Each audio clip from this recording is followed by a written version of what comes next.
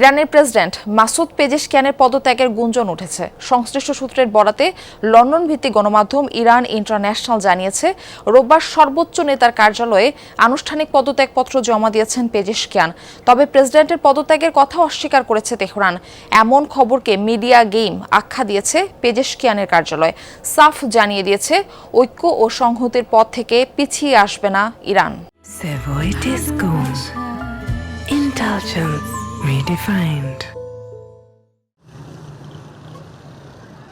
কয়েক মাস ধরেই ইরানের সরকার ও সামরিক নিরাপত্তা প্রতিষ্ঠানগুলোর মধ্যে বিভেদের দাবি করে আসছেন মার্কিন প্রশাসনের অনেক কর্মকর্তা।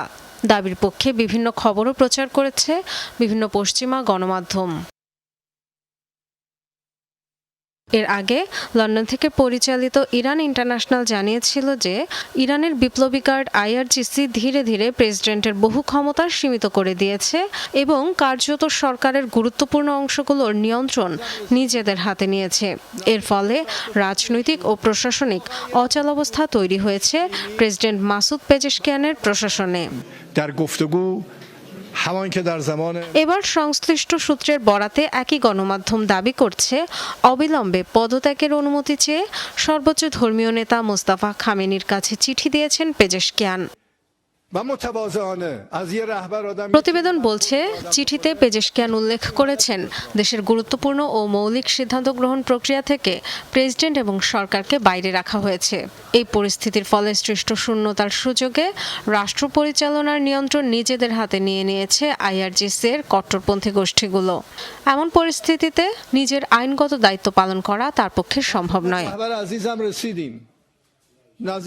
পদত্যাগপত্রের বিষয়টি সত্যি হলে তা ইরানের ক্ষমতার সর্বোচ্চ স্তরে গভীর ও নজিরবিহীন বিভেদেরই ইঙ্গিত।